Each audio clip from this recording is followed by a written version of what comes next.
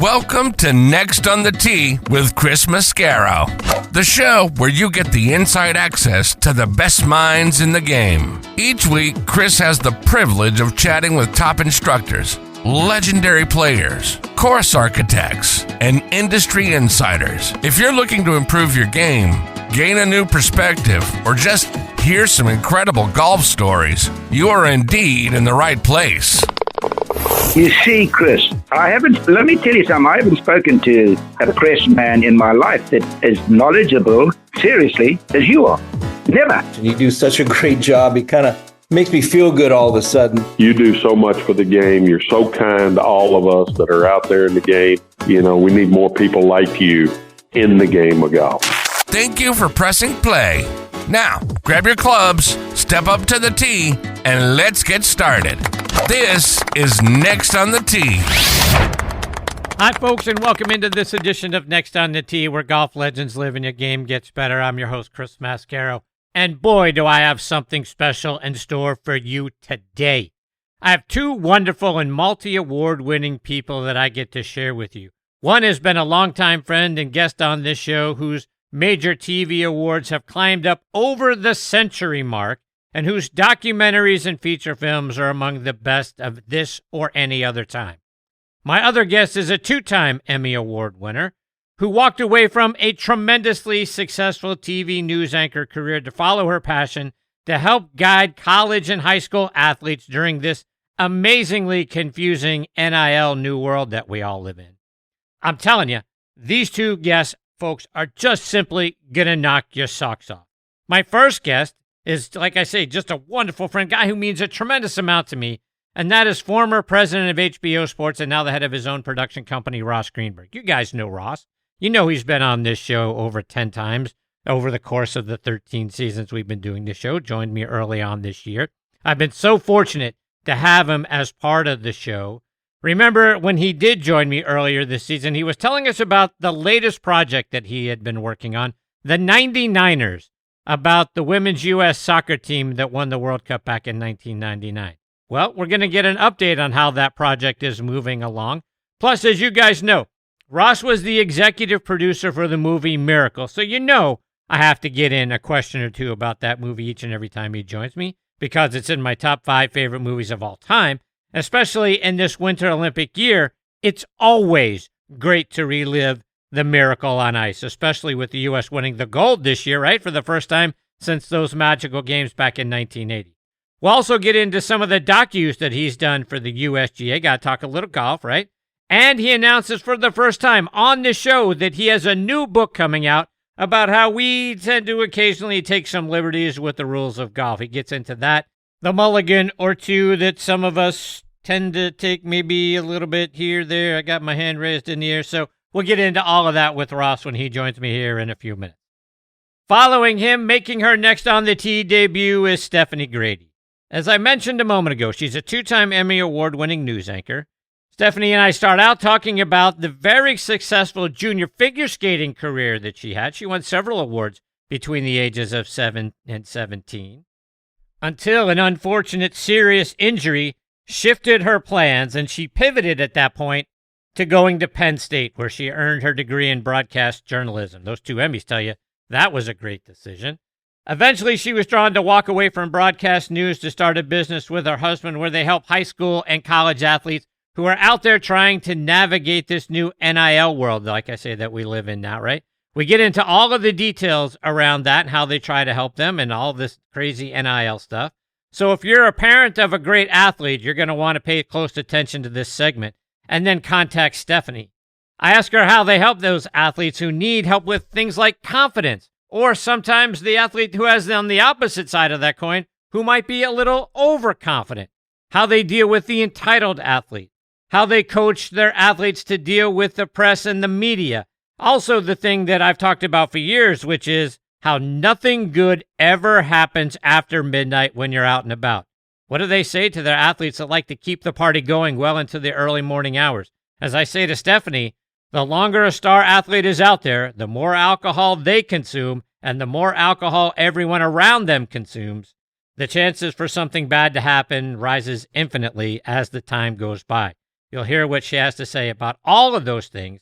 I'm telling you, Stephanie is great. You're going to love her, and you're going to enjoy that conversation. And while you're listening to the show, go check them out online at influentialathlete.com. One other thing I want to do before we go any further, and that is to give a shout-out to Chuck Tregesser, one of the great players over at Robert Morris University. You guys know what a great friend of the show their men's golf head coach Steve Shingledecker is. He's talked about Chuck and amongst many of the other great players he has over there, but he's talked about Chuck several times here on the show. This week, Chuck qualified for the U.S. Amateur Championship, which will be played August 10th through 16th. The stroke play portion is going to be played over at Philadelphia Country Club, and the match play will move over to Marion Golf Club in Ardmore, Pennsylvania. Chuck, we're rooting hard for you. It's an amazing accomplishment to qualify and get this far.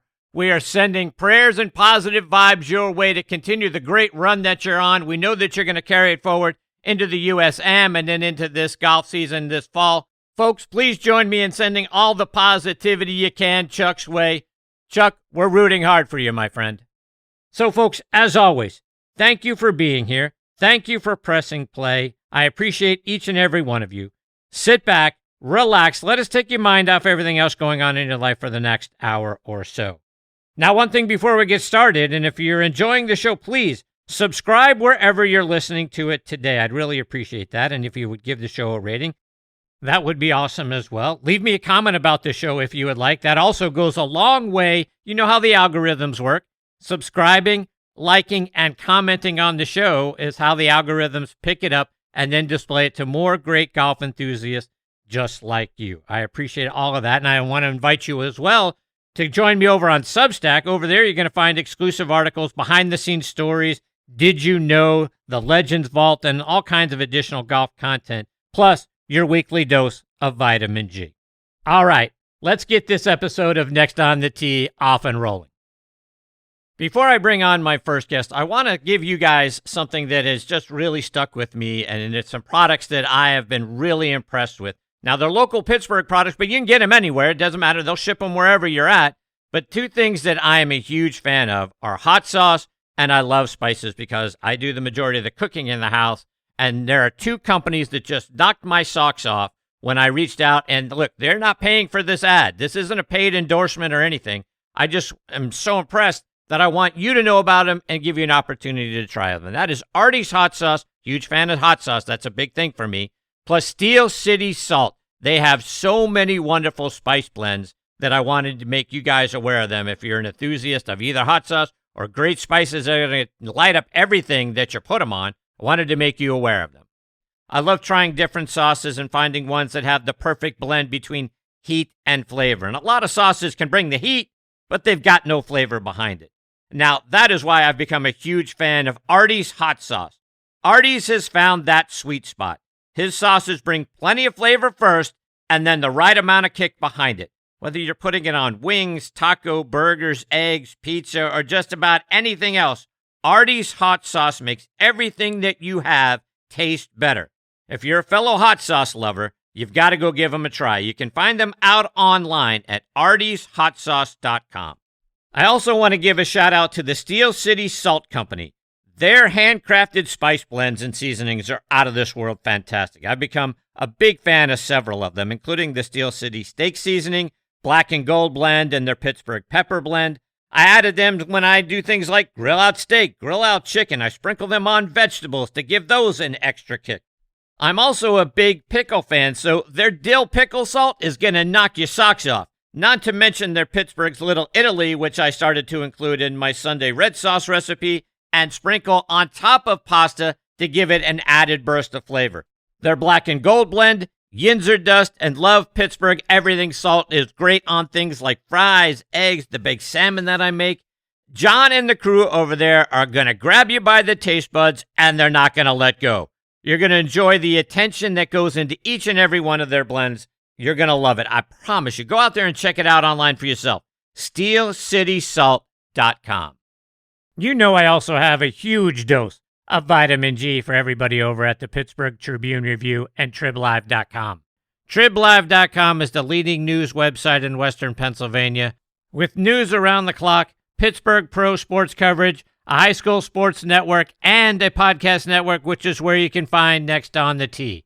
Bookmark triblive.com or download the Trib Live app for free and stay up to date with the latest news from Western Pennsylvania and beyond. I also want to talk about our friends over at the Pittsburgh Brewing Company and Iron City Beer, a brand that I have loved my whole life and started drinking when I was 21 years old, of course. Whether you're a hacker or a scratcher, the secret to a successful day on the links is knowing when it's time to grab an iron, even if that means keeping it in the bag till the 19th hole. If it's been a while since you've reached for Pittsburgh staple beer, it's time to revisit Iron City.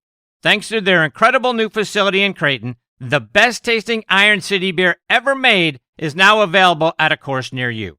Iron City pairs well with any lie and sky and serves as a friendly reminder that there's always next round. Check out all of their wonderful beers and their gift shop by going online to pittsburghbrewing.com. Okay, now back in Next on the Tee with me is a guy that you guys know I think the world of and has been a wonderful part of this show for over a decade now, and that is Ross Greenburg. As you also know by now, Ross spent 33 years at HBO in positions ranging from Vice President and Executive Producer of HBO Sports to Senior Vice President and Executive Producer, and then ultimately as President.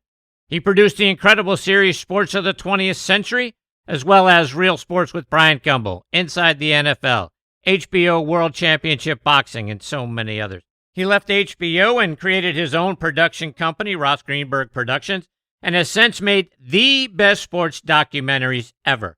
He is one of the most innovative producers and best storytellers in television history.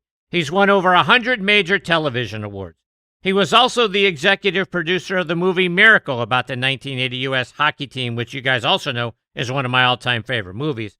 And it's always an incredible honor to get to spend more time with him here on Next on the Tee. Hey, Ross, how are you, my friend? Good to be with you as always, Chris.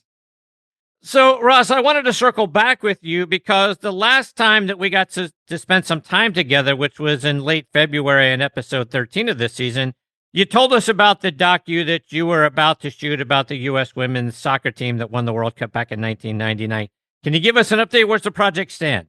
Well, it's more than a docu. It's actually a feature film. Wow, okay. Oh, yeah. We had 45 days of shooting all over New Jersey. We ended up using the Rutgers football stadium as our Rose Bowl.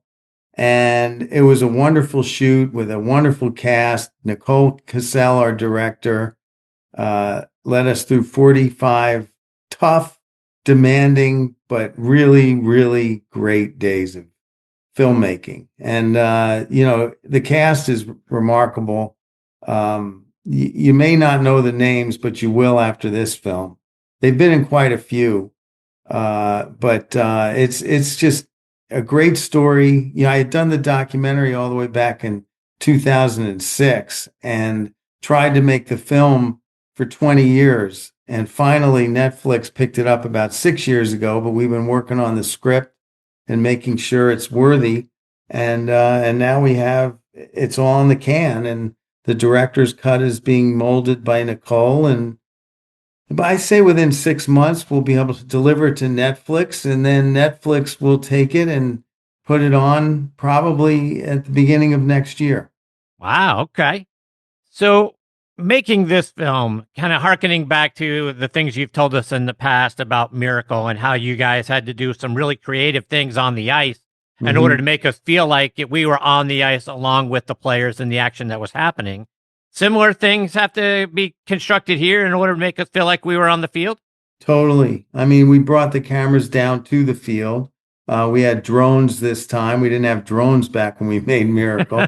But we had all kinds of wonderful robot cameras, and it was a lot of fun shooting that soccer, I'll tell you. And, one thing we did in Miracle, which we duplicated here, is to surround our 7 core actors or 6 core actors with outstanding soccer players from the NWSL or Division I soccer teams. We accumulated, 50 or so women's soccer players to play the roles of the other 14 players on the U.S. team and all the opposing teams like China and Norway and Sweden and China, so that we had some wonderful play on the field because we had some great soccer athletes. So, did you run into any unique challenges to capture the emotion and the speed and the action that you wanted in order to make this film feel as authentic as possible? Well, I mean, there's always a challenge because, the soccer ball is not easily put in a play, and to duplicate each play 6 or 7 times and make sure that it's shot right is a very difficult task, because you're asking soccer players to actually duplicate the play on the field that happened during the game. So that's a unique challenge, and that includes the penalty kicks, as you know, which is the centerpiece of the film and obviously of the story itself. So, but the other plays on the field had to be uniquely choreographed. We have a company named Game Changing who came in and helped us choreograph all of the soccer. They're experts in, actually the woman that runs it was even back with me as a kind of a assistant when we did Miracle. So it was kind of a full circle moment for the two of us. But the fact is that, we had to make it look real. That was the edict that was handed down to me from Julie Foudy, Mia Hamm, Randy Chastain, and all of them. They would point their finger at me and say, Ross, this has to look real. This soccer has to be real. Because never before, if you think about it, has any movie portrayed the high stakes of a woman athlete on the field in a team sport. The reason being that this was the first team that broke through and kind of created 92,000 at the Rose Bowl and 41 million watching worldwide. So they created the fascination with women team sports. So since they did it, there's never been a movie about a professional soccer team or even a women's basketball team.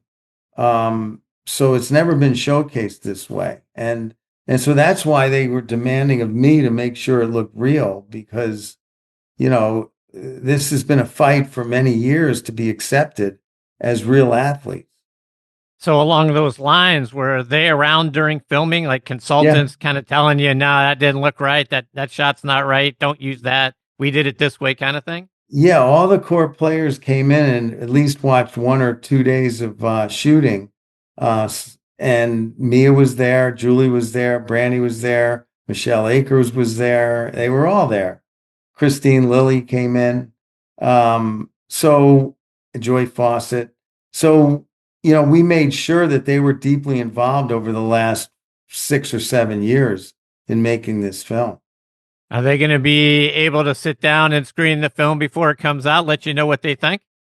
Yeah, I mean, they will. Yeah. And, we took a lot of their notes when we were in the process of writing the multiple scripts as the years went on. And, they're that involved. We want to make them happy. It's the same thing that happened with me with the Mantle and Maris family and with Miracle. We wanted to make Ruzioni and company and Craig and all of them happy. And we wanted them to feel good about the film and make sure that we were telling the true story. And that's why we dug in with these women and Anson Dorrance and all the others to make sure we were telling the true story. On a slightly related note, as we record this, we're in the midst of the Men's World Cup tournament. And unfortunately, the U.S. men's team failed to advance out of the round of 16. I want to kind of get your thoughts just in the world of soccer. I mean, these ladies really, to your point, laid down how exciting the World Cup can be in this country when our national team is out there winning and playing in meaningful games, if you will, late into the tournament here on American soil. Unfortunately, the guys didn't pull it off. What are your thoughts for men's soccer? We've had a lot of go rounds in soccer, and you did a docu way back in the day about the NASL. What are your thoughts about men's soccer? Is that ever going to catch on here? It's caught on as a sport. I mean, I think the younger generation, particularly all those under the age of 45, have picked out their favorite teams in La Liga or the Premier League or around the world. And certainly the Mbappes and others, have become household names as stars the world over, including the United States. So I think soccer has a foothold here now. I think the World Cup has proven to the American public that it's a fascinating game to watch at this level. So it's here to stay. The NASL has a little catching up to do if they can, somehow put together the finances to recruit those worldwide star players and plant them in the United States with this league, the MLS, then that has the potential to grow even larger. You saw what Beckham and now Messi has done for that.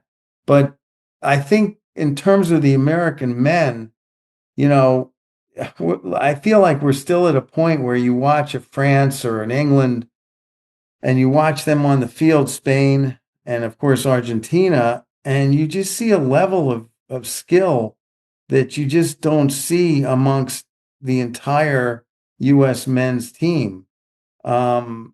It's fairly obvious, and I'm not even a soccer maven, I grew up playing football, American football. And, but it's pretty easy to see that we're just not at this level. And I don't know why. I mean, we certainly have enough young people, men playing and kids playing the sport at a very young age and going through college and playing at a very high competitive level.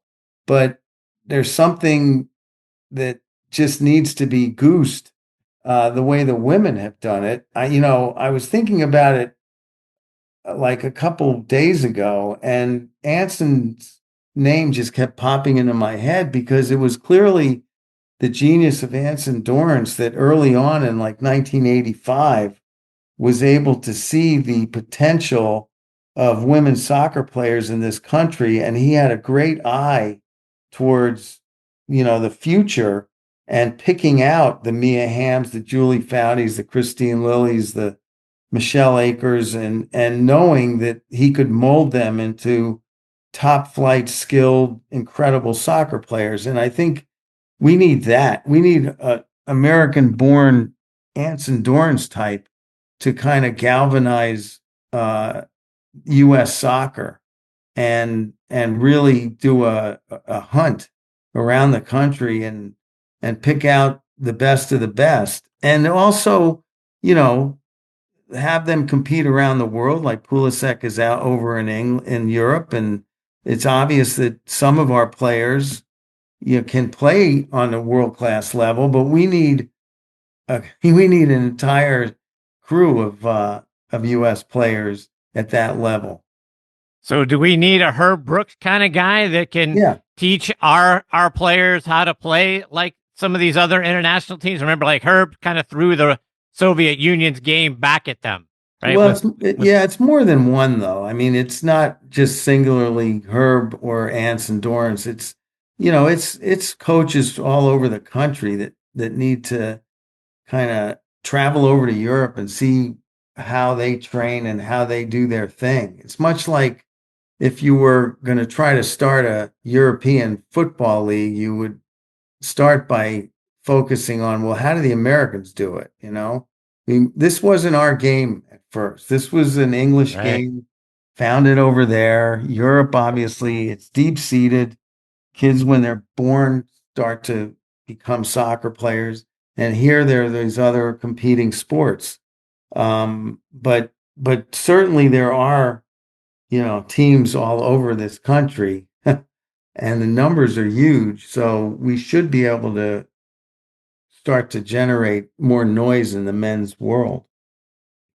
You were telling me about another exciting project that you're working on. You have a book in the works. Tell us about that. Well, it's appropriate for your podcast because it's titled Golf's Ultimate Guide to Respectable Cheating. Wow. And all right, now I'm all ears. because over the years, my brother Michael Greenburg and my best friend, good friend growing up in my 20s and 30s and on to now 70, is a guy named Mark Goldman who's down in Atlanta. And the three of us got together and we would constantly do chats and, texts amongst the three of us talking golf and particularly having fun with the mentality on the course of amateur golfers. I don't know what the percentage is. You probably have a better idea, but it's clearly probably over 90% of amateur golfers take gimmies, take mulligans, look at a point of entry in the water differently than the actuality of where the ball actually entered the hazard. There are all kinds of ways to take on respectable cheating in an 18-hole round. And it is funny. I mean, we had so much fun writing it. And it's just, I think it'll turn the entire golf book industry upside down. Because as you know, most golf books are either about the history of the game, the history of the great golfers, the magnificence of the courses with beautiful color pictures. And no one's ever paid attention to the anti-rules of golf. The anti-rules, I love that. And it's time. And, we finished writing it. We're in the midst of editing and cleaning it up and putting it out for publishing.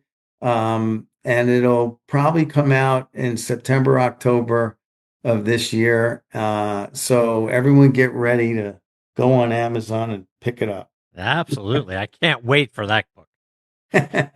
You've done some documentaries for the USGA. You did one for the Golf Channel about the 1991 Ryder Cup matches. You also did one from Golf Magazine about Justin Rose. Anything down the road, any golf related things that we might be able to look forward to from you besides the book? It's funny. I haven't been able to crack golf, but I think that there's an inroads because it's clear that in documentary filmmaking today, all of the buyers, whether it's streamers or networks, are looking for international topics in sports and personalities because, no longer can you just support the documentary industry with American projects. And so I think that there's definitely some intriguing prospects in the world of golf to kind of focus on the individual athletes. Much the way you've seen tennis expand their world with Djokovic now coming out and Nadal was just down. I heard it's great. And, and Federer had his docu done. So I think there's a possibility, but I would look to do one on either one of the top shelf guys or someone who's been through that golf, exodus of trying to figure out who they are when they hit the top of their game. And then the sport gets away from them, their swing collapses, and then they're forced to dig deep and spend the hours on the range and come back and potentially win a tournament. There's the agony of defeat and the thrill of victory throughout golf. And I think it makes for great drama. Yeah, for sure. I mean, when you talk about international, not that someone lost their swing, but you think about Seve, you might think about a Jean Van de Velde who went through the ringer, Anthony Kim, who's American, but what a story that guy's been this year and finding his golf game again. So there's a lot out there. A lot out there. So, I'd love to get back into it. And we'll be right back. In golf, fast isn't a nice to have, fast is a necessity. And speed off the tee is where it all starts.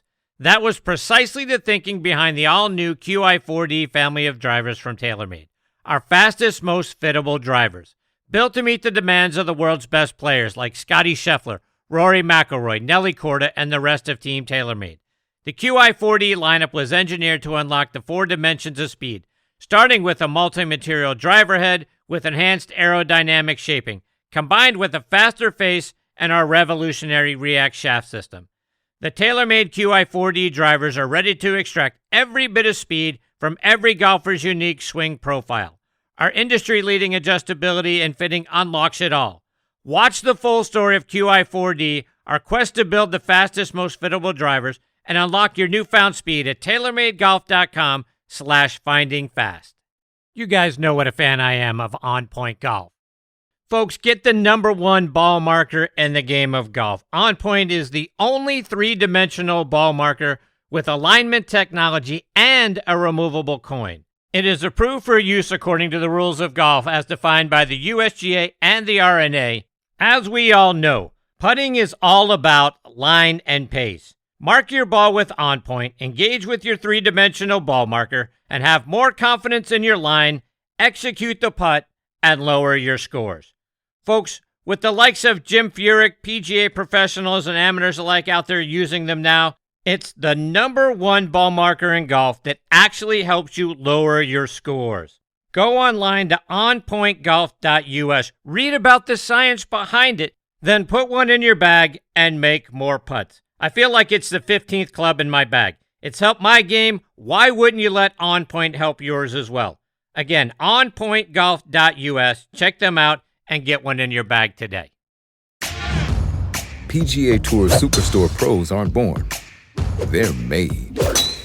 Every January, hundreds of associates talk to the top manufacturers, learn about the latest clubs, test the newest equipment, log thousands of hours of training, and together hit over 100,000 balls, all so they can get you the perfect fit.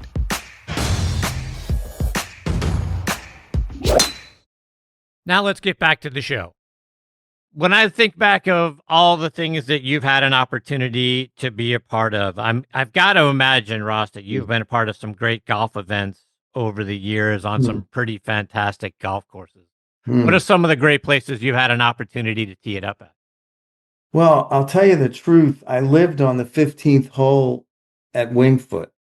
So every day after school, I would sneak on 15 and play 15, 16, 13, and 14. Just did a little loop close to my house and just fell in love with that golf course. And it's probably in the top 3 or 4 in the world. And luckily for me, I lived down the street and was best friends with Kyle Gifford, whose father was Frank. I don't know if I've ever told you this story, No. but basically Frank Gifford got me into sports television because, spent a lot of time with him. And when we were, I guess I was 19, he gave us the opportunity to become production assistants, freelance, because I was in college, just in college. But at the U.S. Open at Wingfoot in 1974, the massacre at Wingfoot, where Hale Irwin won the tournament at 7 over par, and I was on the 17th tower, which I'll never forget, spotting for the great Henry Longhurst. Wow. And it was, a week I'll never forget. It was my entree really into the world of television golf and sports television. And so from that point on, golf was really my entree into sports television because Frank, I approached him and got Kyle to go with me the following summer throughout the United States, mostly on the East Coast. And we were part of the ABC and CBS golf broadcasts as production assistants, again, spotting. And I spotted for Ben Wright for CBS, and then Longhurst and McKay and others for ABC. As you know, there's something special about the atmosphere at a golf tournament for the entire week. It's just a special place to be. And the production of golf is much, much more intense than people realize, because on screen, it's a very soft flowing, melodic kind of sport. But in the truck, it's complete and utter chaos and mayhem. And one of the most difficult sports to actually produce. So yeah, golf's been the entree to my entire life. And then I really didn't get involved. Obviously, at HBO, we had no golf, although at one point I was offered, and I tried to get my bosses to let us do the Ryder Cup, and they turned it down. Can you believe that? No, why would you turn that down? Because I had two tennis players as bosses. And it was 1986. It was just at the turning point when the Ryder Cup started to become a real circus and event because the United States had won all of those in a row, and all of a sudden, they were facing Seve and everyone else, and it became much, much, much more competitive. Yeah, we lost a bunch of them in a row. You bet. I mean, it was Jack Nicklaus you can credit for revitalizing the Ryder Cup, because he's the one that told the R&A and PGA of America that if they really want to make it competitive, it shouldn't just be the United States versus Great Britain. It should be the United States against all of Europe. Yeah. That's what turned the whole thing around.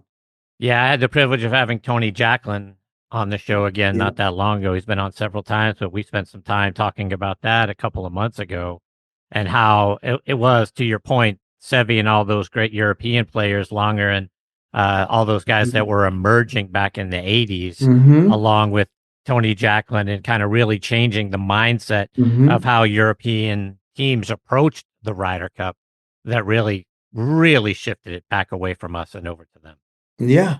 And it's like the World Cup of, I mean, it's, obviously not, because it's not the world, but it has the same kind of, there's nothing like getting great athletes to represent their country. I mean, you've seen it in the Olympic Games and hockey. It's just different, because it brings us back to our roots. And that is that players are just there for the love of the game, purely. And even though they make some extra money from playing in those events, it's never about the money. And that's why sports always brought a tear to my eye, and because that's a once in a lifetime event that they'll never forget for the rest of their lives, whether they win or lose. You mentioned it's mayhem in the truck during a golf tournament. Why is that? Well, you think about it. You've got 18 holes. You got 120 cameras. You have golfers, 200 yards away from you when you're spotting, whether you're an announcer or a spotter like I was.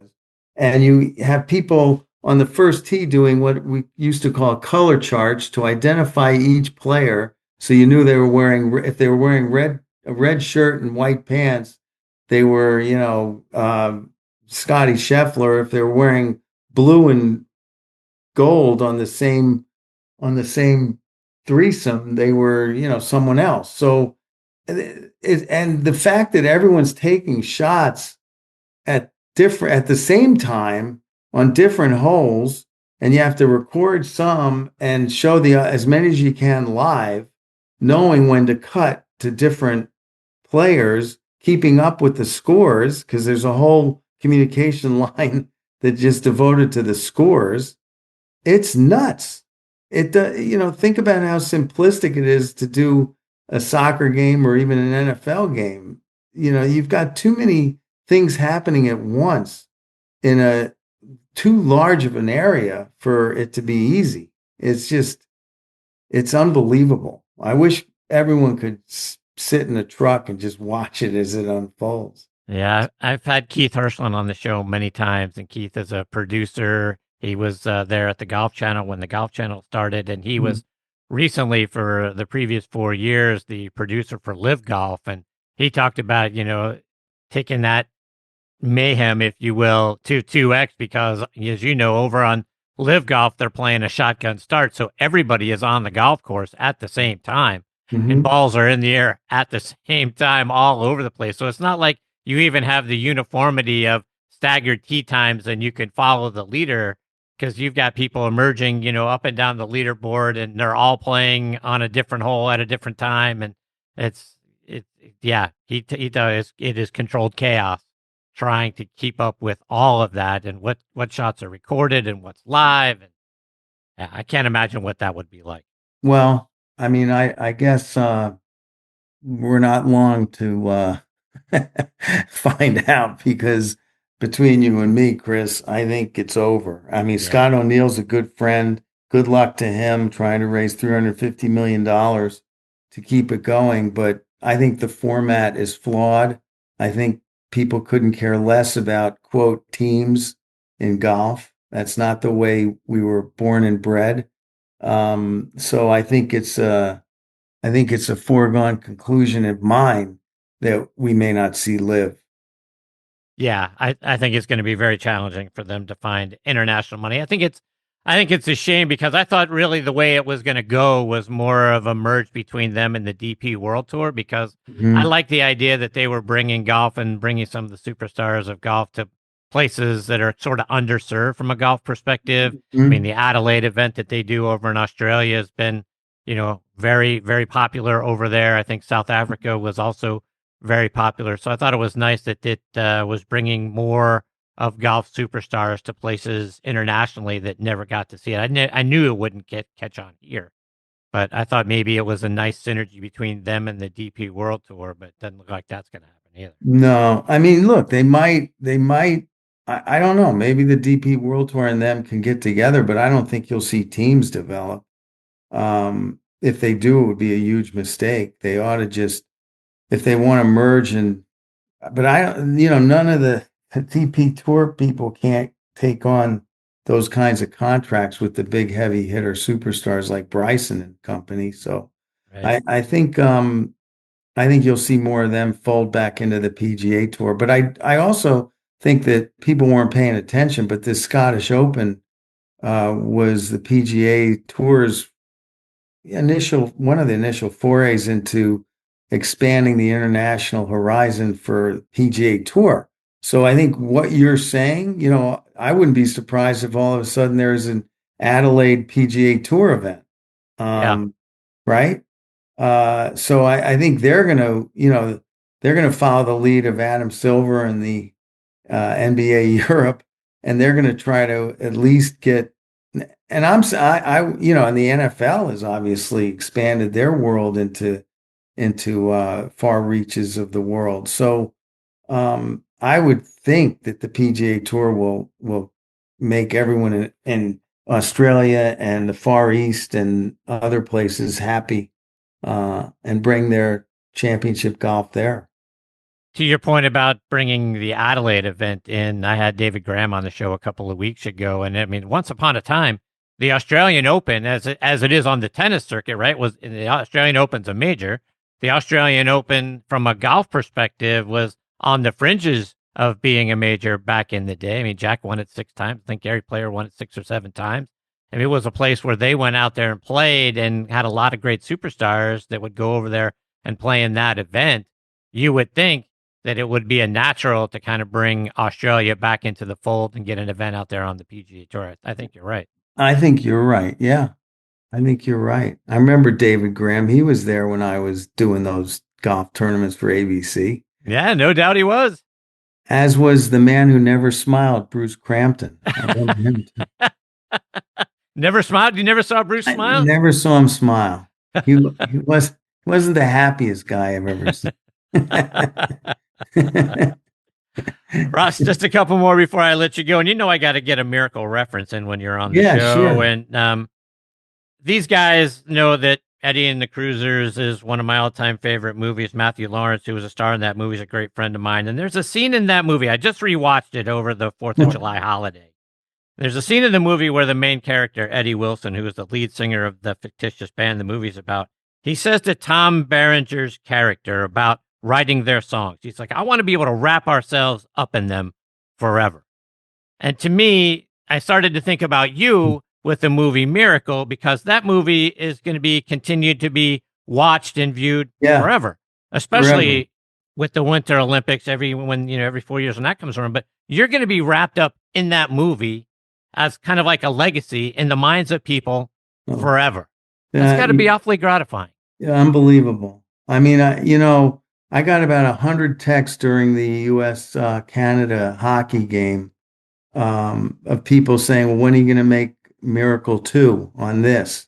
And, you're right. Every 4 years, uh, or even when the U.S. plays Canada in that 4-team cup, Miracle has become one of the most watched movies by teams in American sports history because it feels like every time you see a post-game interview, a super athlete is saying, "Oh yeah, well, to get inspired last night, we all watched Miracle." It doesn't even matter the sport. And so you're right. I mean, I think the proudest uh, accomplishment I've ever had as a filmmaker is that movie because, when I was at HBO and first had the idea to do the documentary, I knew that story was bigger than hockey. That it was a special moment in American history, and there was much more meaning to it than just winning a gold medal in Lake Placid. And so I knew the inner workings of the story, whether it's the individual stories of Craig and Brooks and Bruzioni and others. And, I'm proudest of that. But I will tell you honestly that having just shot this story of the U.S. women uh, and what they accomplished in 1999 by bringing women's sports to a new level, which now you've seen burst into what we have today, the revolution of women's sports in this country and around the world. They're responsible for that. And they have as compelling, if not more compelling, individual stories, whether it's Brandy or Michelle Akers, Julie Foudy, Brandy Chastain. They just have incredibly compelling individual stories in getting to where they did and beating down the chauvinistic attitude of U.S. soccer and FIFA to command the kind of legacy that they did through the 1999 Women's World Cup. It's an 8-year story because we start the story in 1991. But I think those two movies, and by the way, my prediction, I hope, if we execute the rest of this the way we did the shoot, is that for 100 years, they'll be side by side, Miracle and the 99ers, in being the most watched movies by teams in American sports history, because I can see teams, especially women's teams in every sport, getting together to watch the 99ers the night before a big game. So I'm pretty pumped, as you can tell. Yeah, no doubt. So as we look out for the rest of this year, what's on your calendar for the rest of 26? Well, I have a 30 for 30 I can't announce because ESPN hasn't announced it. But it's we're finishing up on that, and we'll be done by the end of the year there, and it'll probably go into festivals first. But I can't give you what it is, or I'll get slapped on the wrist. But it's a very compelling individual story about an NBA player. Okay. And then, looking to do some more projects. But I got to kick back a little. That was very tiring doing 45 days of shooting, waking up at the crack of dawn and going late every night. It's tough making a movie. So I got to relax a little. Well, Ross, let everybody know, where can they go and find all of the library of work that you've already put together, and then stay up to date with what's coming next? Well, HBO Max, and Bentley Weiner, who, is one of the lone surviving people at HBO from our sports department, have a healthy dose of the documentaries on the HBO Max service. They'll go back. We cleared a lot of them for a lot of years, so you can watch a lot of them there. And Showtime still airs, some of the docus we did for them, whether it's Dean Smith or the Lawrence Phillips story, and others there. But it's not easy. I mean, honestly, the best places to go is to YouTube if you want to watch The Courtship of Rivals on Magic and Bird. I'm sure it's there. If not, it might be on HBO Max. But I think, and certainly if you want to watch, Miracle, that's now on Netflix for anyone that needs to watch it for the 21st time. Because I know people watch it over and over. And Guilty. It's I funny. said guilty. And then the other thing is, a lot of people are doing the same documentaries that I did in the past. They just Is that right? Oh yeah. I mean, there was another documentary made on the '80 hockey team, as you know, on Netflix. Yeah. Matter of fact, Connor Shell came up to me once and said, I don't even know how we sold this, but we sold it. and they sold it to a guy that worked at HBO at Netflix. Wow. Oh yeah. I mean, so you're like the great. movies, right? You're like they're bringing back, the classic movies that they're remaking. So now they're just remaking your docus? Exactly the same. Yeah. Wow. By the way, I'm guilty because I did Bill Russell on Netflix because in 1998 I had done it on HBO, and I hadn't quite felt satisfied that we did it right. We didn't, catch all of it. And so we did a sweeping 3 hours on Bill on Netflix, which is still on the service, by the way, if anyone wants to catch that, which is very compelling story. Well, Ross, I can't thank you enough for being generous with your time as always and coming back and being a part of the show. You're one of my all-time favorites. Listening to your stories, like I say, in your intro, you're the greatest storyteller of all time. And when you come on here, you prove it each and every time why that is actually true. So thank you so much for everything that you have meant to me and to this show. Well, thank you, Chris. I really appreciate it. Best of luck, Ross. I hope we get the opportunity to catch up with you maybe in the fall, learn a little bit more about the 30 for 30 you've got coming up, and then maybe hopefully the final touches for the 99ers and see what's on your calendar for 27. You got it, Chris. Take care, Ross. All the best to you and your family. We'll catch up soon. Okay. See you, Ross. Bye-bye. That is the great Ross Greenburg, folks. They don't come any better than that guy. I mean, like I said in his intro, and I meant it there at the end, the greatest storyteller of this or any other time. You look at the stable of docus that he's done, the movies that he's done, and I'm sure that last thing that he talked about there at the end, I got a really good feeling that what he said is going to be actually true about the 99ers because, again, he's such a great storyteller. We all saw it in Miracle. That's going to be a movie that whether it's women's teams, it probably doesn't really even matter. It doesn't matter gender. That people are going to want to put that in and watch it to get people hyped up to go play in whatever sport that they are about to go compete in at a championship level. They're going to want to get that emotion, bring that out of the players, see that they get inspired by what they're watching. That's what we got with Miracle, right? I mean, that is like what Ross was talking about. That's why so many teams play that prior to a championship event. They get their players inspired. They get them hyped up. They get a sense of what they're about to go out and compete for and potentially accomplish. I think we're going to see that that's exactly the case with the 99ers. And look, you go back through all of the wonderful docus that he has done. I mean, it's just unbelievable across all different sports. I mean, he was around back when, boxing was a huge deal. I mean, boxing has certainly suffered a bit over the last probably decade or so. But all of the things that he did around the greatest fights of all time and the events that were shown on Showtime and Mike Tyson and all of those things.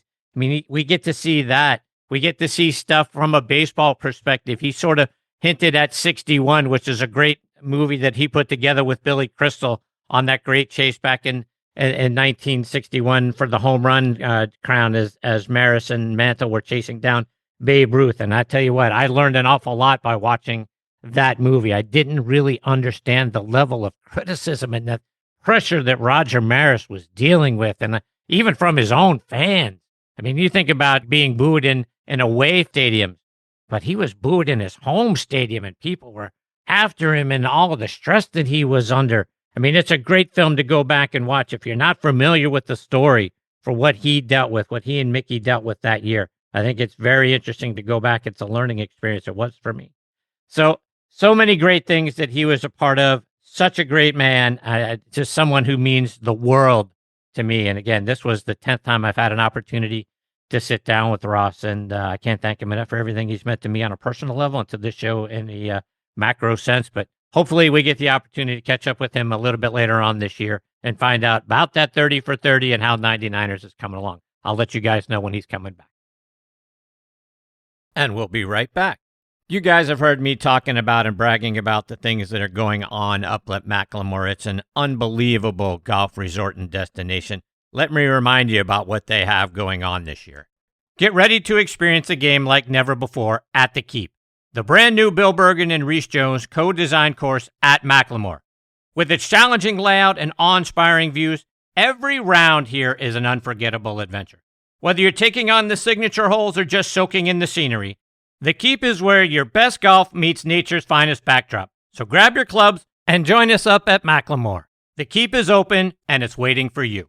And folks, if you haven't tried 2 Under yet, you really need to. Why?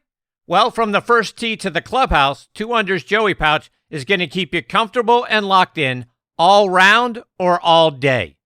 Build your own bundle by going online to 2 Under, that's the number 2, UNDR.com, and save up to 20%. Okay, now making her next on the tee debut with me is Stephanie Grady. Let me give you some background on Stephanie. She earned her bachelor's degree in broadcast journalism at Penn State. She spent a year as a news anchor at WSAZ in Huntington, West Virginia, followed by a year as a morning news anchor at WXXA in Albany, New York. She moved over then to WTEN for a couple of years, also in Albany. She then spent 10 years at Fox in Milwaukee. She is a 2-time Emmy Award winner. She's now CEO of her own company, Influential Athlete, where she and her husband, Joe, help athletes develop the communication, confidence, and leadership skills today's world absolutely demands of them. She was telling me before the show that she believes the NIL didn't create a new challenge. It exposed a gap that has existed for decades. Athletes are now being watched, evaluated, and judged more than ever, whether it's on camera, online, or in person. And as we've all seen way too many times, most of them aren't trained or ready for it. She and Joe have built Influential Athlete to fix all of that, which we're going to get into here in just a moment. And I couldn't be more honored. I get to spend some time with her today here on Next on the Tee. Hey, Stephanie, thanks for coming on the show. What an intro. Thanks for having me, Chris. Absolutely. Stephanie, before we get into what you and Joe are doing there at Influential Athlete, I want to start to kind of lay the foundation. I want to go back to the early days because you grew up as a really great athlete. I read that you started figure skating at the age of 7. You competed from 7 to 17. Tell everybody about that. Yeah, so it seems like a different life ago, to be perfectly honest with you. But yes, I was a competitive figure skater. Russian coaches, whole 9 yards. It was quite the journey, if I could say. Ended with a terrible injury, like so many athletes' journeys do. And yeah, taught me a lot of things along the way. I have 3 kids, one of whom is a daughter, and I would never let her skate. So I don't know what that tells you, but wow, that was my journey as a skater. So what pulled you away from ice skating but led you into broadcast journalism? Yeah, so with skating, like I said, it kind of came to a tragic end for me. Bad injury, wasn't expecting it, kind of at the prime of everything. I was lost for a long time after that because I had no other path other than skating. That was it for me. That was my whole identity. And it took a while to really figure out what I wanted to do. I was pre-med for a little while. I wanted to be an orthopedic surgeon. I come from a family of physicians and nurses, and then decided not to go that route and ended up in broadcast journalism because as a skater, I was trained to speak to people because that was part of our training of how to present ourselves professionally and eloquently. And I got into broadcasting, loved it, had a 17 plus year career working all over the country for all the major news networks, and decided that I was ready for a new chapter and wanted to give athletes living in this brand new NIL world, which is crazy and chaotic in its own right, but to give them something that I so desperately wish that I would have had when I was an athlete. And that is to really, number one, understand the value you have other than just being really good at your sport. And then understand how to communicate that to other people. And that's something that's good to know while you're still an athlete. And now kids can capitalize on that, which is, I think, amazing.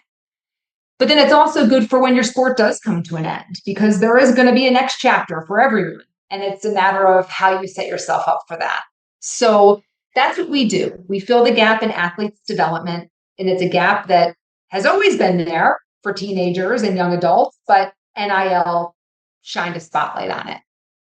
So I want to take a couple of things that you just said and expand on that a little bit, Stephanie, because talking about helping athletes get to the next chapter. And one of the things, and I do a football show called Thursday Night Telly. We've been talking to NFL players for over 13 years and the legends of the game. And one of the things when we're talking to guys that have just cycled out of their NFL careers, a lot of times with athletes, the career just ends abruptly. To your point earlier about your identity being with figure skating, guys that play in any sport, like I say, I'm just more familiar with it on the NFL side. They've been playing football since Pop Warner days, right? Since like when you started as a figure skater at 7, they were playing that sport since they were 6 or 7 years old. And a lot of times they don't get the tearful press conference at the end where they're talking about their retirement and that sort of thing. A lot of times for those guys, they're suddenly retired because the phone stops ringing. They got cut at the end of a season, and now they're no longer what they've identified with their whole lives. You talk about feeling lost. They feel lost. They don't know what to do because they've been so wrapped up in the game. Talk about, helping guys and gals get prepared, because it is going to happen one day, and it comes way early in life, right? All of us that are working, right? We're going till we're 65, 67, whatever retirement age is. But retirement as an athlete comes a lot of times in your 30s. And now you've got the whole rest of your life, and your whole identity just immediately came to an abrupt end. It's the reality for every athlete, right? And the vast majority, there was a shocking study that came out just a couple of years ago that looked at former athletes, more than 20,000 of them, and their rate of anxiety and depression post-sport was more than 2 times what the general population's rate of anxiety and depression were. And you wouldn't think, like, these are like the superstars. These people are super athletic and in shape, and they should be having tons of endorphins flowing through their bodies, and they should be, having so many opportunities open up for them. And that's the perception from the outside. That's not the reality for the majority of athletes out there. And so you're right. A lot of times the switch flips off when you least expect it, and it's just off all of a sudden. And so everything that has been your entire identity, your routine, your friends groups, your social circles, your status is suddenly gone. And you have to kind of figure out who you are outside of that. And so, I went through that as an athlete. I experienced that personally. And fortunately, I had a support system, a family that were professionals and were able to, help me kind of see the value I had outside of just being really good at ice skating. But not every kid has that. The majority of, a lot of kids don't. And so we just got back from Salt Lake City. We were invited out by NFHS, the National Federation of High School Associations, to give a presentation about NIL, because NIL is something, especially at the high school level, that everyone's been trying to just kind of keep away with a 10-foot long pole. Like, okay, it's here, we get it, all right, but please don't let it destroy everything. We've put parameters in place so that it doesn't. And that's fine. But what's happening is that NIL, when it became a thing, it was new, it was complex, it still is in a way, but now it's becoming not old, but it's just becoming par for the course. And so what's really happening with these athletes is that everything is hyper visible, that much more so, hyper permanent, that much more so. Everything's happening earlier. The pressure is starting earlier. The training is starting younger. And so all of that identity crisis that happens at the end is starting the foundation of that is building even sooner. And so What we have found is that if we can fill this gap in an athlete's development, and that gap being not really knowing who they are outside their sport, what value they have as a person, if we can help them, number one, identify that, and then number two, communicate that effectively, then we can solve two problems. We can solve the problem of the kids knowing how to show up today with the spotlight on them younger, sooner. And we can also solve the problem when their sport ends of them knowing, no, I have a lot going for me. And it's not the end of my life because my sport came to an end. There's a whole new horizon for me to conquer because of what my sport has helped set up. So that's the focus and the gap we fill that really solves two problems in these kids' lives. So let's talk about that a little bit, Stephanie, because to your point, all of this is coming even earlier. I mean, in the past, when a great athlete would go on to turn pro in whatever their sport is, and again, I'll relate it back to football. I mean, guys coming out of college were now suddenly millionaires. And these kids are 21, 22 years old, which is awfully young to be a millionaire. But now you're looking at 18-year-old kids that are millionaires coming out of high school, going into, one of the big schools. If you happen to be a 5-star, you're going to someone in the SEC, someone in the Big Ten where all the big money is. And now you're even younger trying to now navigate life as a millionaire. And, we're not mature. Our brains aren't fully formed at that age. And along with that comes the pressure of expectation. Along with that comes being able to realize, again, that everybody has a camera. There are cameras everywhere. You're not going to get away with doing anything without somebody snapping a picture of you doing it. It's going to end up on social media. You talk about things becoming permanent because once it's out there, it's online, it's on social media. It's going to live there forever. No one's going to forget. How do you help kids kind of get their minds wrapped around the idea that they really have to be way more mature at that early age than they, normally would be in order to make sure that they don't do something stupid that they're going to get haunted with forever? It's a good question. And the most effective way that we have found when it comes to training athletes to know what to do proactively is by putting them through these scenarios in a safe space. The brand conversation, the recruiting conversation, right? Because for a lot of these kids, it's starting with that. That's their first high stakes moment, are those recruiting calls or the Zoom calls or the campus visits, or it's not even the brand conversations at that point. So it's a matter of, number one, understanding what those moments are and then preparing for those exact moments. And a lot of times when I talk with people and work with athletes, what comes out is, I feel so much more confident. And there's a lot of psychologists and a lot of, sports specialists that teach confidence and things like that. And one of the things that I learned, and this is something that I feel personally and deeply, and there are people who may disagree with me, and that's fine. But for me, confidence, there's two different versions of confidence. There's proactive confidence and there's reactive confidence. Reactive confidence is you feel good when you did something good. You won, you feel great. You lost, you don't feel so great, right? That's reactive confidence. And that's the confidence that most of us have. We make a phone call to somebody. Oh my gosh, they didn't answer. They never called me back. I don't want to make that next phone call. Why? Because I have no confidence because what happened last time showed me that I didn't do a good job or something didn't work, right? Even though that might have nothing to do with it. Proactive confidence is actually training the skills that make you feel prepared, which then in turn makes you confident. So if you're having a recruiting conversation, okay, well, you're probably anxious and nervous going into that, even if you try to tell yourself you're not. And why are you? Well, because you have no idea what they're going to ask you. You have no idea what they're going to look like, what their background's going to be, how it's going to go. Is there going to be anybody else on the call? You have no idea. So there's a lot of unknowns. So if we can train for those specific moments, they feel prepared, which in turn leads to them feeling confident and then ultimately coming across confident.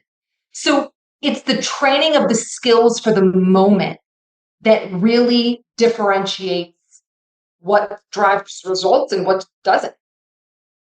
So to that end, right? I mean, one of the things that is changed, I think, over the last decade or so is like at the NFL Combine, right? They're doing interviews of these players, right? They want to know about the player. They want to know about his background, family, all of those sorts of things. So that really, you're starting to present your brand, if you will, when you're meeting with NFL executives and scouts and whatnot in these types of interviews. What are some of the things you try to help them do for, in that proactive confidence? What are some of the things that you're putting into that conversation or getting into their mindset that helps prepare them to feel confident and to be able to sit down there and make sure that they are representing themselves and their brand the way that you and they would want to have when they're speaking to these folks? First, they have to decide what they want that representation to be. How do they want to come off? What do they want to be known for? How do they want to sound? What do they want people to feel when they're speaking? I think you have to work backwards. So you have to determine that first. What's the goal? And then, okay, well, how do we get that message across? What do you have to say? What types of things do you have to convey about yourself? All right, well, let's list them out. Well, there's nothing cool about me. Okay, well, I bet you there is. So let's dig a little deeper. That's the process of it. And then it's, okay, taking what I like to call just saying it ugly and getting it on a piece of paper and formulating that into something that can be effectively communicated. Not a rehearsed script, but just them being confident in their talking points, in themselves. So when they're asked, hey, tell me about yourself, they're not just like, well, I'm a football player and I run really fast and I'd love to be on your team, right? It has to be deeper than that. And like you said, it's become part of every process, whether it's recruiting for college or recruiting for professional or anything in between. And so that spotlight finding these athletes earlier, brighter, and more permanently than any generation before them is something they need training for, and practically none are getting. And we'll be right back. Golf season is back, and Sunday Swagger just made sure you're going to be ready. Their new spring collection just dropped. They've got 60 bold, performance-driven styles for men, women, and youth. And if all of that isn't enough, well, they just linked up with Pennzoil and Team Penske for a race-inspired collection that brings serious trackside energy to the fairways. With styles for men, women, and youth, you're guaranteed to turn heads and spark conversation when you wear Sunday Swagger. Visit SundaySwagger.com, join the Sunday Club for exclusive drops and member benefits, and folks, Sunday Swagger is going to give you what? Polos with personality. Again, check them out online, SundaySwagger.com. And folks, Squares Golf, best golf shoes on the planet by far. It's not a gimmick, it's not marketing, it's science. Let's hear why they say it, and I say it as well. You've heard of Squares, and there's a reason why. Because the best swings in golf don't start with your hands. They start from the ground up. Most golf shoes are built for looks, not performance. Squares breaks the mold. Our patented design gives your toes room to engage the ground, creating more stability, balance, and solid contact. Your same swing, now powered from the ground up. Experience the Squares advantage at squares.com. Squares. Performance starts where you stand. All right, now back to more of the show.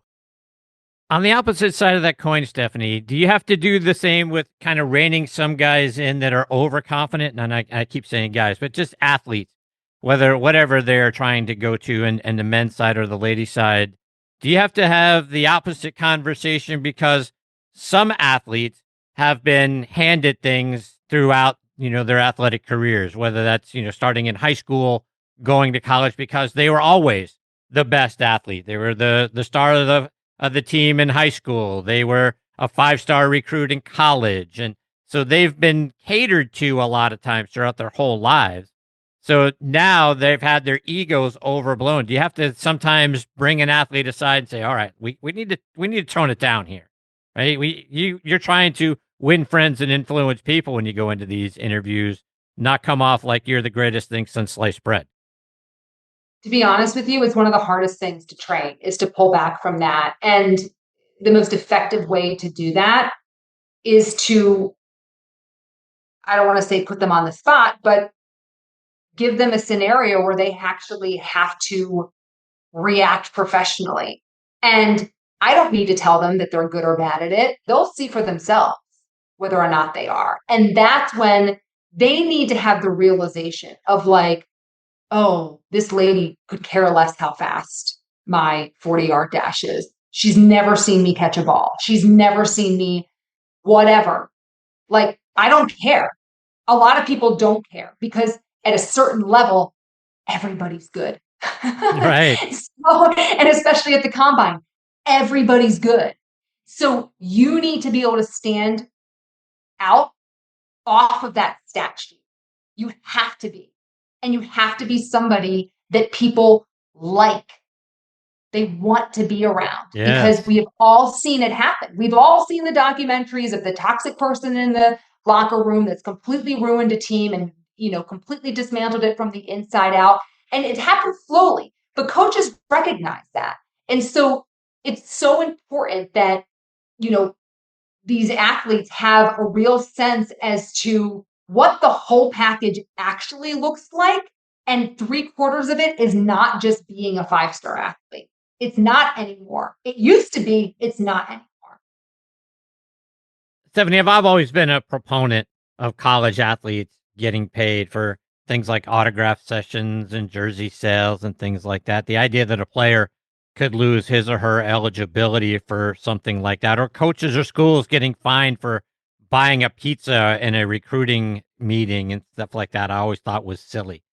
But I also get that, college coaches have always been allowed to leave and transfer schools and do whatever they want to do, buyouts, and away they go at a drop of a dime, and they leave these kids that they recruited high and dry to deal with whatever the next coach is. So I applaud the fact that the college athletes are allowed to now have some of those kind of freedoms, but I almost feel like we've gone a little too far. Like the pendulum has swung so far over to the other side. It has essentially made every college athlete a free agent every year, which is why most schools, have a tough time competing unless you're an SEC school or a Big Ten school. Everybody else is sort of getting the afterthoughts. I don't know. What are your thoughts? Have we gone too far with this whole NIL thing?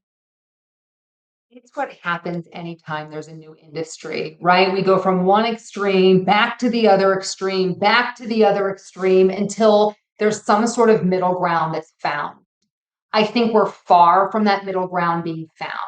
I think what happened when this all came to fruition, July 1 of 2021, right after the Supreme Court ruling, 9 days later, the NCAA was caught with its pants down, right? And they weren't prepared for this, even though they should have been. And it was a free-for-all for a lot of years until parameters were put in place. Yes, there were some loose rules that existed, sure, but it was very much a free-for-all. And there were kids getting signed massive contracts for doing absolutely nothing. Since then, there has been some reining in that has started to take place, or at least they've been efforting to take place with the formation of the College Sports Commission, which came out of the big House NCAA settlement that happened, whatever it was, April, May 2025, so spring of last year. Out of that, the College Sports Commission was formed. There's a website called NIL Go that acts as a clearinghouse for NIL deals. It's overseen by Deloitte. Roster caps were put into place. Revenue sharing became a thing with universities. So these different elements that probably should have always existed or should have at least been prepared to exist once the Supreme Court ruling was set to take effect were finally put into place. So they've been trying to rein things in so that athletes aren't getting paid $10 million for doing absolutely nothing. There has to be a trade of services that's fair market value. Who determines that? That's another argument, right? Yeah. So they're working on it. It's definitely a work in progress. It's definitely not perfect by any means. I think that the CSC is completely understaffed at this point and totally overwhelmed, but that's for them to kind of figure out. We'll see, though, what happens with the NCAA over the next few years, because they have to back pay $2 billion. And it's just a whole, we'll see if there's an unraveling or a bankruptcy or something, because I don't think that things can move forward the way that they are with the structure that currently exists. I want to go back to a thought I was having a little bit ago, and I want to get your thoughts on it as well, because one of the things that I think young kids need to be educated on is, and especially when they've got a ton of money in their pockets. One of the things I've always said, and I think I might have said this in our email exchanges back and forth prior to the show, but one of the things I've always said is nothing good ever happens after midnight.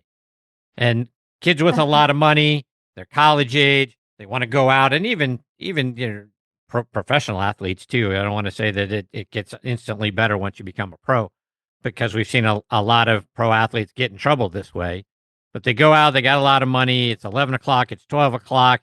Like I say, nothing good ever happens after 12. I think at 11 o'clock, all these star athletes should have a buddy that's like, you know what, we need to get home now, because the longer you stay out, the more alcohol you drink, the more alcohol that the people all around you drink.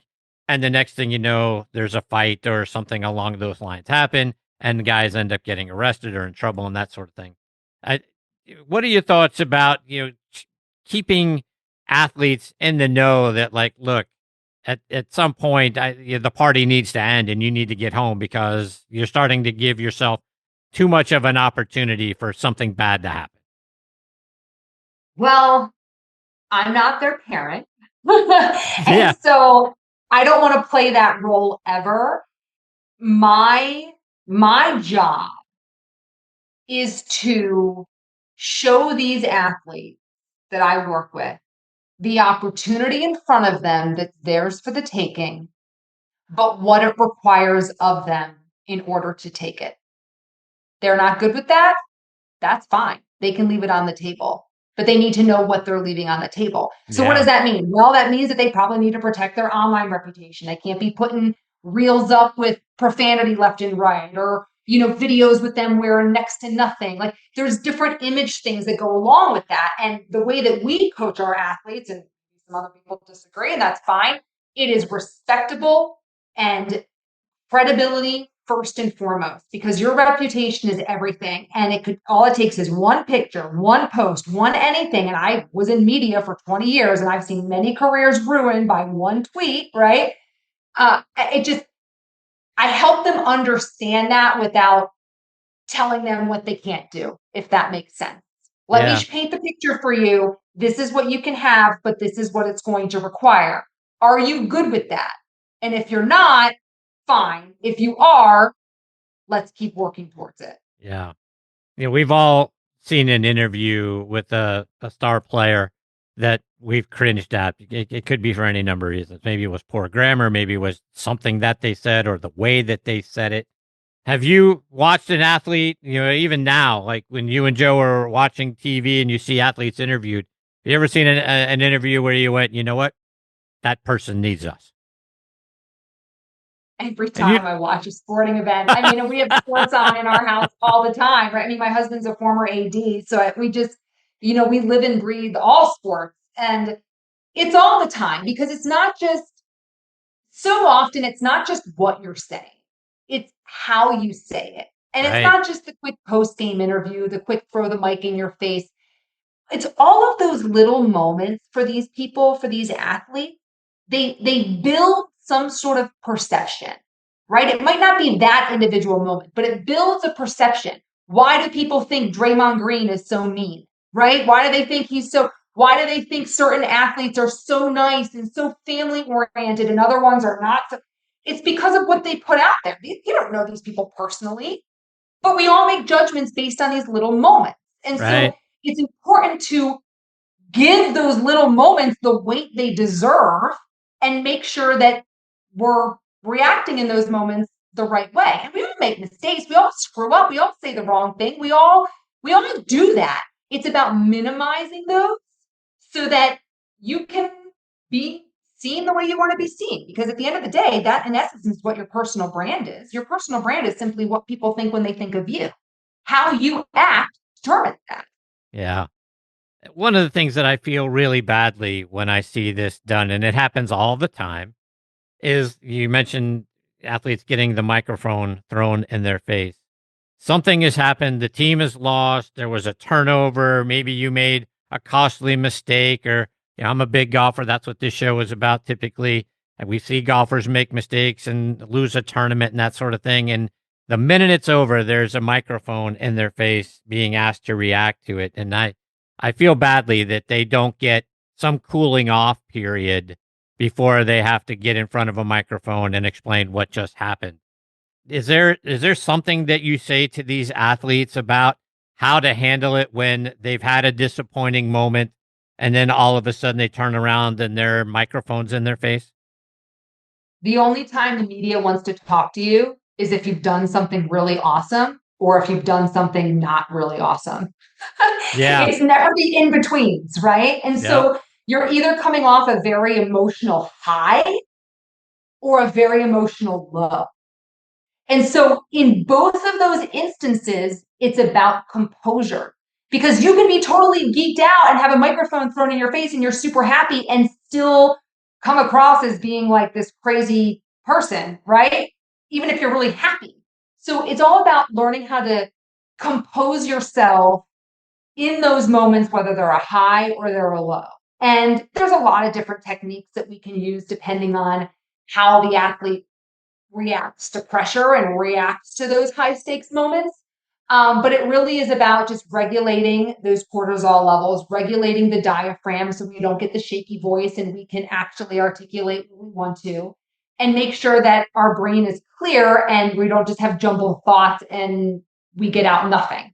So we focus on, again, the tiny little micro details in what actually makes that reactive statement after a win or a loss effective and impactful or not.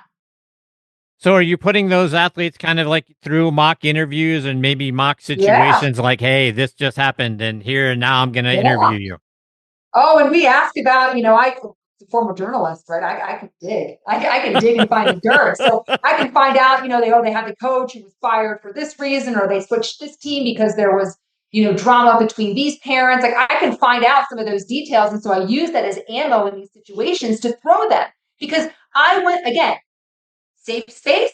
Let's do a real life scenario here so you can train with real life stuff so that when the moment does come, you're ready, because you've already done it in a judgment-free safe zone with me. So yeah, we put them through, we ask the uncomfortable questions, we all those sorts of things, because that's the reality they could face. And if I'm not doing it, then they're unprepared.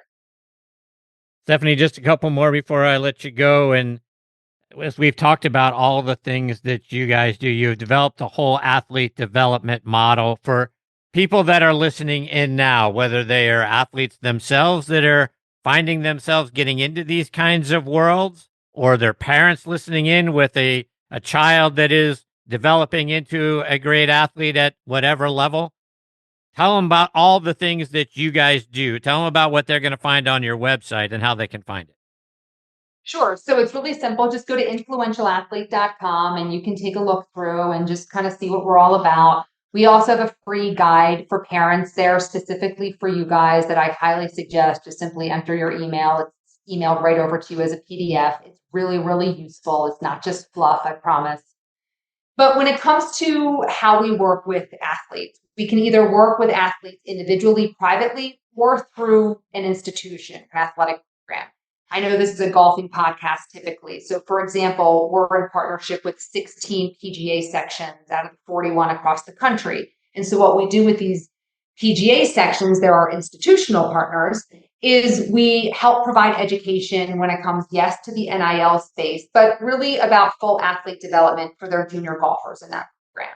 When it comes to our private athletes, this could be, we work usually the low end is about 14, 15. I don't like to go any younger than that because just they're not emotionally developed and mature enough to work on the behavioral and developmental skills we teach. But we either can work in a consulting capacity where we work with you through some high stakes moments that you have coming up or currently dealing with, whether that's recruiting, whether that's transferring to a new school or dealing with a new team or going into a big coach conversation, media interviews, or you can work through us with an intensive model. So sometimes right before the June 15th deadline, where the recruiting calls open up for a lot of athletes after their sophomore year of high school, that February and March is when my phone starts ringing along. Oh, no, they're not prepared. And so we have an intensive model to prepare athletes for specific high stakes moments. So that's how we work. We can either work with you individually or work with you through an athletic program.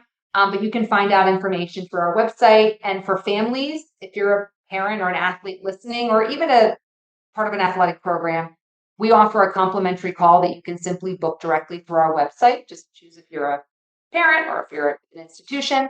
And we can talk through how we could potentially help support you in whatever you guys are doing. Stephanie, you're fantastic, my friend. I can't thank you enough for being patient and coming on the show and everything that you just went through with us. It sounds absolutely fantastic. It's easy for me to understand why you're a 2-time Emmy Award winner and now your passion for sports coming in a little different direction. But I think what you and Joe are doing is outstanding. I hope you'll stay up to date with us and keep us in mind. We'd love to have you back on the show to hear more about what's going on. I think you guys are doing an unbelievably great service for the athletes out there. I'll come back anytime, Chris. Just ask. Thank you, Stephanie. All the best to you and Joe. I look forward to catching up with you again soon. Thank you. Thank you so much, Chris. Appreciate it. See you, Stephanie. That is Stephanie Grady, folks. And again, the site is influentialathlete.com. Look, all of the things that she just walked us through, right, are all of the things that today's athletes need to be prepared to handle. As you guys know, whether we've talked about it here on this show or we've talked about it over on Thursday Night Tailgate with the NFL players, like Stephanie was pointing out there at the end, the young and up-and-coming PGA section players, whether they're PGA professionals or they're young kids that are getting out through the AJGA and up into high school and college golf. Comes a time when they reach a certain level, they've got to be prepared to handle what's going to get thrown at them, right? We've had how many college coaches come on here and talk about the challenges of navigating through the NIL and then having their star player, if it's not, again, someone at one of the major schools, right, whether it's in the SEC or the Big Ten, those are the big two with the most money, deepest purses, right, deepest pockets. They're coming in and they're poaching the best players at these other schools or at the lower levels. These kids have to be prepared for what is going to come their way. So I think what Stephanie and Joe are doing is absolutely outstanding, putting them in situations. I love that piece about doing a mock draft, digging for the dirt, because they're eventually going to have to face whatever that was, right? And we always hope that our kids are out there doing the right things and making good choices. But they don't always, right? They're not mature enough. They're not understanding that everything that's going to happen to them, somebody's got a camera, right? Everybody's got a camera on them, right? So everyone's a reporter nowadays, because that as soon as something negative starts to go down, what do people do? They open up the camera, they press record. And the next thing you know, it's on Instagram, it's on Twitter, it's everywhere, right? So they have to understand that that's what's going to happen. And sometimes people aren't always nice to the athletes because they know that if they can get them going a little bit, maybe there's some dollars that'll come their way because a fight will break out, then there's a lawsuit and all of those sorts of things. Being prepared for those things is vitally important, and to be able to walk away and have good judgment, that sort of thing. But what Stephanie is helping them do, I think, is an invaluable service. So I hope people go out there and check it out, influentialathlete.com. Give them a follow, go on that website, sign up, and get your kids prepared for what's about to come their way, particularly, like I say, if they're a 4 or 5 star athlete in whatever sport it is, male or female side, doesn't matter. It's all going to end up being vitally important for their success long term. So give them a follow. Hopefully we can get Stephanie back on the show again before too long. All right, my friends, it is time for me to put a bow on this very special episode of Next on the Tee. My sincere thanks go out again to Ross Greenburg and Stephanie Grady for being here. Scheduled to join me next time are, very excited, one of the all-time great golf course designers and a wonderful friend of the show, Reese Jones, will be back, as will another one of the top 100 instructors and a guy who makes every single segment he has been a part of on this show so much fun. Jeff Smith will be back as well. So, folks, you know you're not going to want to miss that episode. As always, I want to thank our friends again over at Trib Live for being wonderful partners of this show and for hosting it on their site. For the latest news from Western Pennsylvania and beyond, including your favorite sports, go to triblive.com. You can find the show, as you guys know, on the homepage of the sports section right there front and center for you. Or you can type in podcast.triblive.com, click on Next on the Tee, and many of the most recent episodes from this season are available for you there as well. But as you also know, you can find the show pretty much anywhere you get your podcast content. We're out there on Apple Podcasts, Spotify, Amazon Music, Good Pods, and golfnewsnet.com as well. Like I said at the top of the show, also want to invite you to subscribe to my Substack page. I've got a lot of great articles available for you there. You can also listen to the episodes on there. I'm getting those loaded on. And keep your eyes out, right? Those short clips from the Next on the Tee vault are on there, the Did You Know series. So a lot of available information for you about the show and about our wonderful game on my Substack page. But the biggest thing that I want to say to everybody, as always, thank you so much. Huge dose of vitamin G goes out to each and every one of you for being the greatest supporters in the history of podcasts, barring none. I appreciate all of you so very much.